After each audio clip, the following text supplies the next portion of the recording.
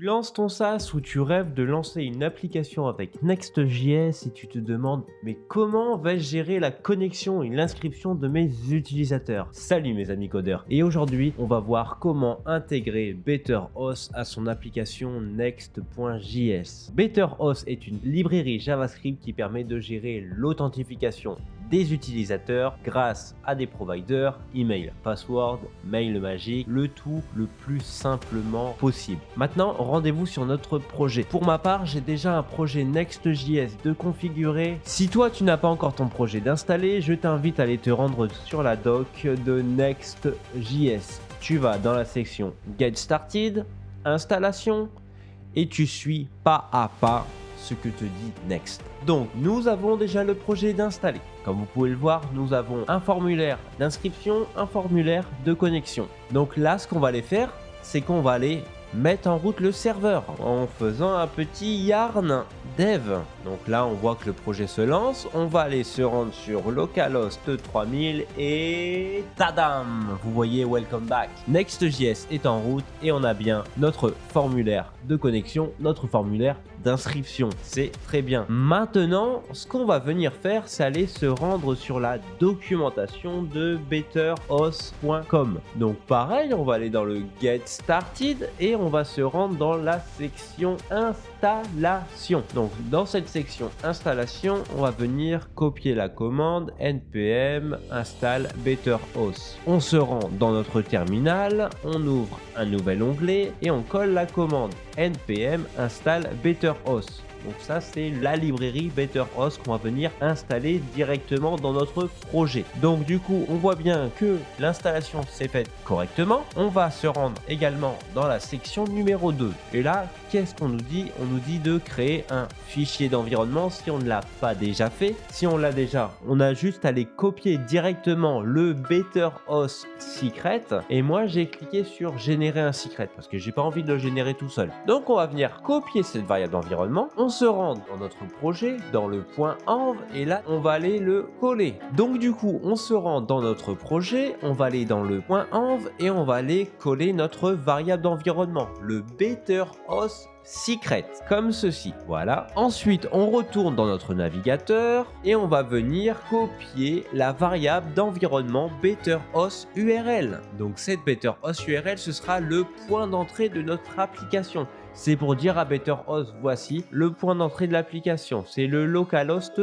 3000. Donc on peut le voir ici, mais on peut le voir également lorsqu'on a lancé notre application. Si vous, votre application, le port c'est 5000, 8000, 80, 80, vous avez juste à remplacer le port juste ici. Vous le remplacez directement. On se retrouve dans le navigateur. Encore une fois, donc on va faire que ça. Des allers-retours doc. On nous dit de créer une better instance. Soit vous le mettez dans votre dossier lib, soit vous le mettez dans le dossier utils. Pour ma part, je vais choisir le dossier lib. Donc dans le dossier lib, je vais venir copier du coup le nom du fichier et je crée un nouveau fichier os.ts. Ce os.ts, ce sera du coup la configuration de notre BetterOS instance. Donc je vais venir copier, je vais venir le coller directement dans mon projet. Pour le moment, je ne fais pas attention à ce que Copilot me dit. La quatrième étape, configurer la base de données. Ok, pas de souci. Nous, on va rester sur du SQLite. Vous avez la possibilité d'utiliser l'ORM de votre choix. Drizzle, Prisma ou MongoDB. Moi, j'ai déjà Prisma d'installer sur ma machine. Je vais venir récupérer l'ORM Prisma. Ce que je vais venir faire directement, c'est aller copier le database Prisma Adapter. Je vais venir dans mon code, le coller ici. Ensuite, le Prisma Adapter, je fais juste le CTRL espace. Ça va venir me l'importer directement depuis BetterOS. Et pour Prisma, je vais venir importer du coup mon instance de Prisma que j'ai créé dans un autre fichier qui est donc du coup dans le / Prisma. Donc si vous avez déjà Prisma installé sur votre projet, vous avez sûrement déjà créé le Prisma instance, donc le Prisma Client Singleton. Donc ça, votre Prisma Client, il est directement dans la documentation de Prisma. Ensuite, on se retrouve dans la documentation de BetterOS et on passe passe à la 5e étape. Donc la 5e étape, c'est de créer la base de données. Oh, vous allez me dire, mais comment on crée la base de données? Mais c'est encore simple ici, parce que Betteros nous dit exactement ce qu'on doit faire. On a juste à aller faire un npx@betteros/cli generate. On se retrouve du coup dans notre terminal, comme ceci, et on va juste aller mettre la commande npx@betteros/cli. Et donc du coup, le petit paramètre, le generate. On appuie sur entrée. Est-ce que vous voulez écraser ou écrire dans le fichier schéma.prisma qui se trouve dans le dossier Prisma? Et là, vous faites bien le oui. Donc du coup, ça vous dit succès, ça a été créé dans votre fichier. Qu'est-ce qui se trouve dans ce fichier exactement? On se retrouve dans le schéma.prisma et là, ça n'a pas fonctionné. Pourquoi? On recommence. Petit bug. Donc voilà, ça a mis un peu de temps, mais vous voyez bien qu'on a le modèle user, le modèle session, le modèle account et le modèle verification. Donc ça, ce sont 3 modèles de base utilisés par Betteros pour gérer toute la partie authentification, session, provider, etc., etc. Voilà, c'est ce que va utiliser du coup notre Betteros. Donc là, on enregistre bien tout, on enregistre bien notre .env. Du coup, on se retrouve dans la documentation. Et qu'est-ce qu'on va venir faire? On va venir du coup terminer l'étape numéro 5. Donc l'étape numéro 5, on peut directement, si on utilise Prisma, aller faire un petit npx prisma, c'est ça? Oui, voilà. Prisma migrate dev. Donc ça nous dit, est-ce que vous voulez reset? Parce que moi j'avais déjà une base de données. Je lui dis oui. Est-ce que vous voulez entrer un nom à cette migration? Bien sûr. Moi je vais mettre init db with betteros. Comme ceci. Ça me met bien la migration. Donc là, comme on peut voir, on va dans migration et on a bien un fichier de migration avec du coup le redatage, comme ceci, et le nom de notre migration. Donc le initdb with betteros. On retourne dans la documentation. Donc là, on est à l'étape numéro 6 et on nous demande quelles sont les méthodes d'authentification qu'on va vouloir utiliser. Dans notre cas, on va utiliser l'email et le password. Du coup, ce que je vais venir faire, c'est copier le email and password. Je vais faire un petit saut à la ligne et je vais aller coller le email and password. Donc là, on vient d'activer l'authentification par mail et par password. On va passer à l'étape numéro 7, le mount handle. Donc le mount handle, c'est la route API que Betteros va appeler pour les différentes méthodes de connexion ou d'inscription. Avec Next.js, avec Nux, avec Servel, avec Remix, avec Solid, avec Ono, avec Express. Tout est déjà prévu en fait par Betteros. Donc nous, c'est une application en Next.js, donc du coup on va venir prendre la route API Next.js. Pour ma part, je vais venir coller tout ça. Je vais venir dans mon VS Code, je vais aller dans App, je vais aller créer un nouveau fichier. Et ce nouveau fichier, je vais aller coller toute la route comme ceci. Vu que ça peut pas commencer par un slash, c'est pas grave. Et normalement, c'est voilà. Là, ça me crée donc le API /host/ entre crochets .all. Il est très important ce .all. C'est-à-dire qu'il englobe toutes les méthodes d'authentification. Ça, vous le gérez pas. C'est Betteros qui va le gérer automatiquement. À chaque fois que vous allez vous connecter, à chaque fois que vous allez vous inscrire, vous allez utiliser un provider, vous allez utiliser Betteros côté serveur, même côté client. On verra plus tard parce qu'on a un côté client, un côté serveur.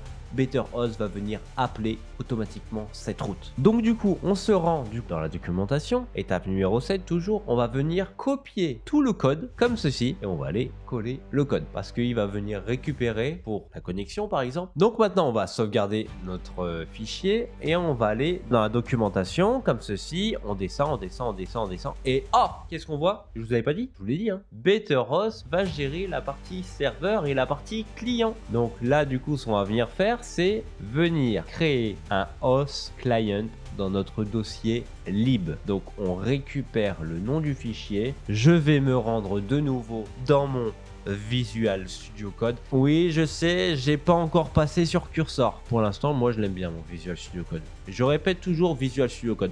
Donc on se rend dans le code, dans le dossier lib et là on va venir créer le fichier host-client.ts. Donc voici comme ceci. On va venir récupérer tout le code. On va venir l'ajouter. La base URL, donc ça reste toujours le localhost 2.3000. Et on va venir faire le petit export const. Et on va venir l'exporter comme ceci. C'est qu'on va passer à l'étape numéro 9.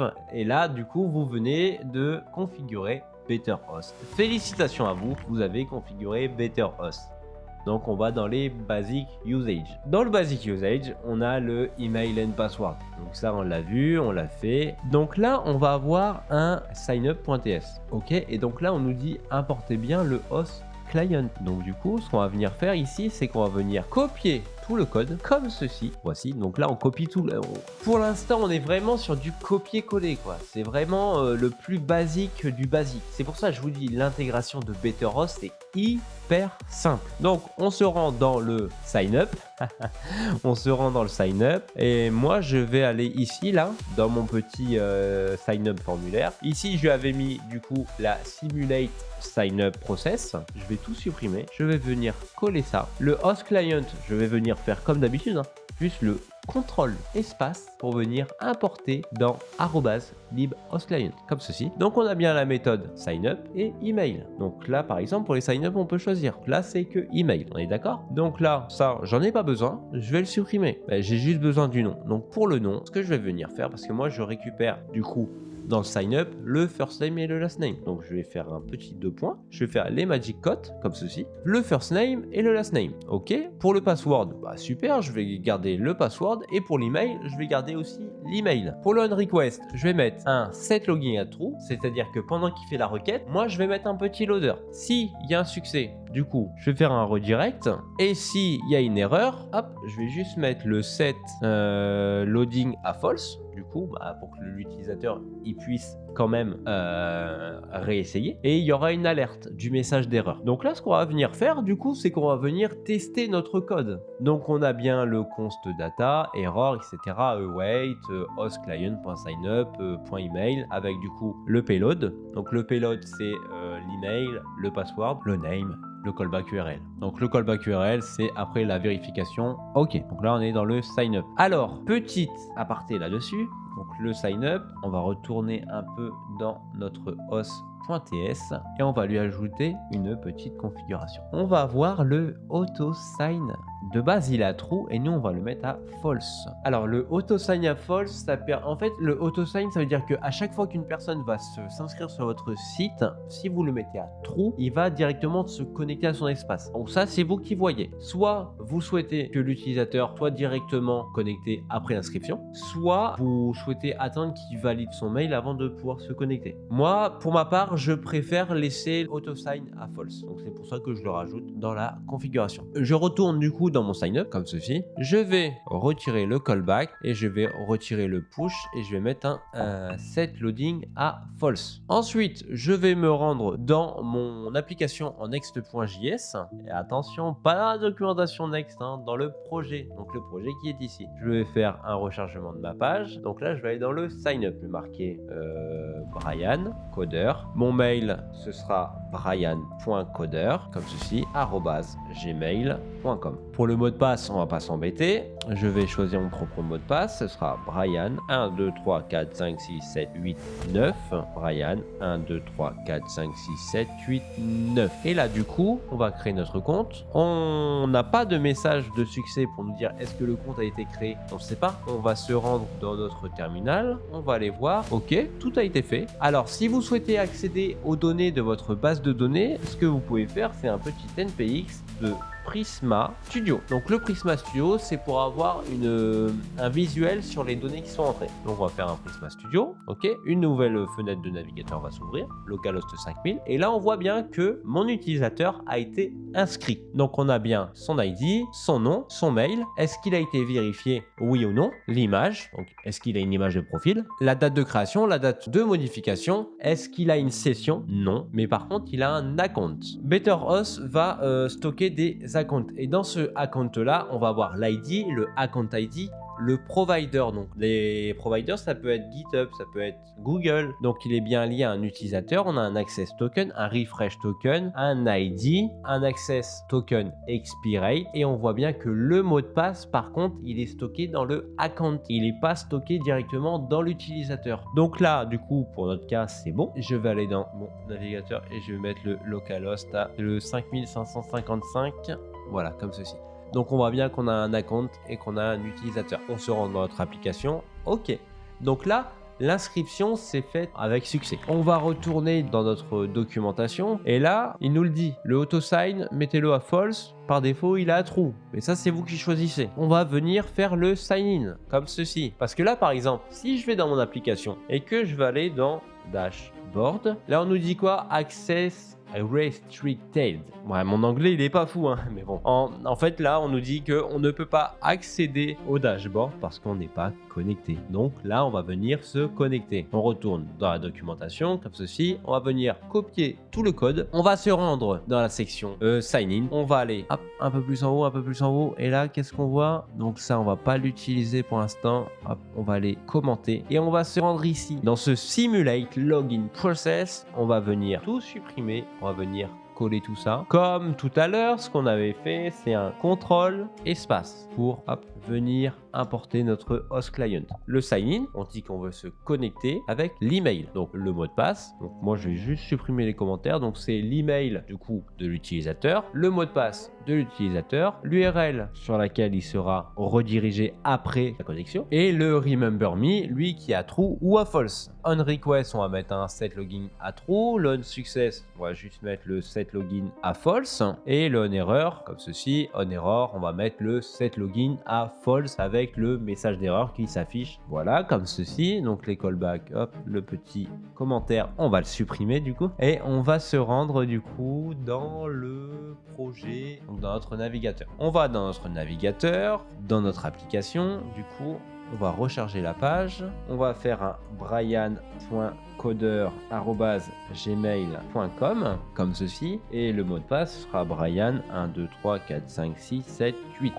On l'active, on l'active pas, mais en fait pour l'instant il a aucune utilité sur le front. On va se login et là on voit quoi? Invalide email hors password. Bizarre quand même, parce que quand on se rend dans notre Prisma Studio, on voit bien que dans le account, on a bien notre utilisateur, pas dans les accounts, pardon, dans les utilisateurs, comme ceci. On a bien le brian.coder@gmail.com. Donc moi je me suis dit bon c'est pas grave, hein, je me suis trompé, ça arrive. Ok, on va se connecter. Email hors password. Invalide, taper le mot de passe. Ah, donc là on voit bien. Bon déjà je m'étais trompé de mot de passe, mais en tout cas faut savoir que BetterHost lui gère automatiquement les messages d'erreur. Donc là on est connecté. Ok, super. Mais on nous dit toujours ah on est restreint. On va aller du coup dans Prisma Studio et on va aller voir ce qui a changé. Voilà. Qu'est-ce qui a changé? On voit bien que ici, on a la table session qui est apparue avec un token, sa date de création, sa date d'expiration, l'adresse IP qui est utilisée, le user agent et le user ID. Donc on voit bien que cette session est attribuée à Brian Coder. Ok, pas de souci. Donc maintenant, ce qu'on va venir faire, c'est que si on veut pouvoir accéder à notre dashboard,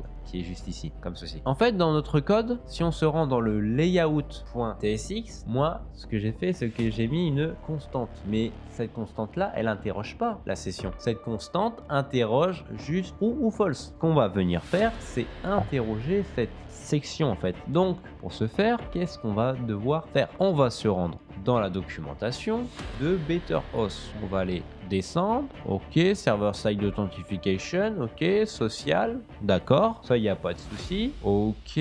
Donc là on a le petit sign out, ça on le verra juste après. On a aussi le sign out avec le on success, voilà, au push. Okay. Et là, on va voir le use session côté client. Ok, mais nous, c'est pas ce qu'on veut. Nous, on ne veut pas. Nous, on veut le server side, comme ceci. Donc là, ce qu'on va venir faire, c'est récupérer le server side de get session. Donc, on va venir importer toute cette partie-là. On va venir la coller là, voilà. Ensuite, on va venir importer les headers de Next.js, voilà, et on va venir importer le host de @libhost. Et on n'oublie pas, on nous dit ah attention, t'as pas mis le A5. Ok, il n'y a pas de souci. Donc là, du coup, maintenant, une fois qu'on a notre session, alors qu'est-ce qu'on va venir faire? On va venir faire un console.log de dashboard session.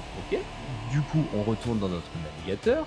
Dans notre application Next.js, on va venir recharger la page comme ceci. Et là, on va aller dans notre terminal. Oui, pourquoi dans notre terminal? Parce que en fait, le server-side se console log uniquement dans le terminal. Et là, qu'est-ce qu'on voit? On voit qu'il y a une session. Ok, super, il y a une session. Donc du coup, ce qu'on va venir faire, c'est que le is authenticated, on l'affiche uniquement s'il y a une session. Session, ok. On peut faire une session si on veut, s'il y a un utilisateur hein, ou s'il y a juste une session. Sinon c'est false, comme ceci. Et là du coup, normalement, si on retourne dans le navigateur, qu'est-ce qu'on va voir? On a notre dashboard. Maintenant qu'on a notre dashboard, ce qu'on va venir faire, c'est créer un petit bouton de déconnexion, comme ceci. Donc on retourne du coup dans la documentation, on remonte un tout petit peu plus haut, on remonte. Et là, qu'est-ce qu'on voit? Un petit await host client.signout. Super. On récupère juste ce petit morceau de code, ce tout petit morceau de code. Retournez dans notre code, on va aller dans les components, donc on va aller dans host et on va créer un signout button.tsx. On va faire un export const signout button. Donc on met pas de parenthèse, on va faire un return comme ceci avec juste un button de UI variante destructive. Ici on va mettre un sign out comme ceci. Voilà, on ferme bien notre composant. Alors ce qu'on va venir faire déjà dans un premier temps, c'est qu'on va venir faire un indent à 2 comme ceci. Ensuite on n'oublie pas de faire un petit on click, voilà, un petit A5 comme ceci et le await host de sign out pour dire qu'on veut se déconnecter. Ensuite ce qu'on va venir faire, c'est se rendre dans la page du dashboard et on va aller là où on nous donne notre nom qui est juste ici, welcome to dashboard. On va venir mettre un petit sign out button. Hop, sign out button comme ceci. Et donc du coup là, si on se rend dans notre petit projet, on voit bien que ah oui, c'est normal, c'est parce qu'on lui a pas dit que c'était un client component. Hop, voilà, si on lui dit pas que c'est un client component, forcément ça va pas fonctionner hein. On va faire en sorte aussi que ce soit juste bien centré, que ce soit, hop, comme ceci, une petite div en point flex comme ceci. On va mettre du coup le flag justify between en item center. Nickel. Ok, MB8, ça c'est parfait. Du coup là, à la place de Brian Coder qui est en dur comme ceci, on va juste retourner ici. On va aller faire un portateur de next. On va faire un import du coup de host from libhost comme ceci. On va venir faire un const session. Un const du coup session égal à await host .api.getSession avec en header, on lui met donc du coup nos fameux headers. Le const session, hop, c'est parce que là je l'ai mal écrit, voilà comme ceci, un petit A5. On va faire le const user est égal à session.user.name, donc session.user. Du coup le name comme ceci, ou sinon ce sera user. Le session, le const user qui est là, on le supprime, ou si on revient, on a bien Brian Coder qui est juste ici. Mais si par exemple je vais dans ma base de données et que je tape Brian Coder comme ceci, hop, je fais le save record, je retourne dedans, je rafraîchis, on a bien le nom qui a changé. Donc là ce que je vais venir faire, c'est que si je me déconnecte, voilà, là je vais me déconnecter comme ceci, enfin s'il veut bien.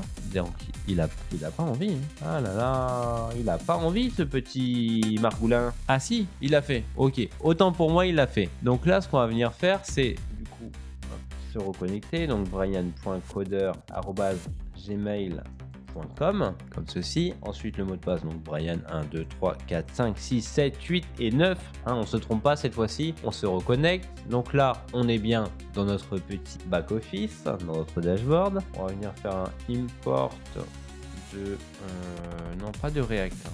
C'est pas React qu'on veut, nous, c'est le use router de Next Navigation, comme ceci. Et en plus, je fais des bêtises. Ah là là là là là là, je fais des bêtises. Le const router, et du coup, ici, juste ici, on va faire un router.push sign in. Mais là, du coup, on retourne juste le slash. Voilà, on teste. Donc si je fais un sign out, du coup, on est retourné sur notre petite page de connexion. Donc là, on a configuré notre BetterOS, on a su comment se créer un compte, comment se connecter, on a vu comment y gérer la partie authentification, la partie modèle se déconnecter, voilà. Si le tutoriel t'a plu, n'hésite pas à t'abonner et à liker, partage-la à d'autres développeurs si tu penses qu'ils ont vraiment besoin de cette solution. BetterOS, c'est vraiment la meilleure solution. Moi, je vous dis, codez bien, c'était Brian.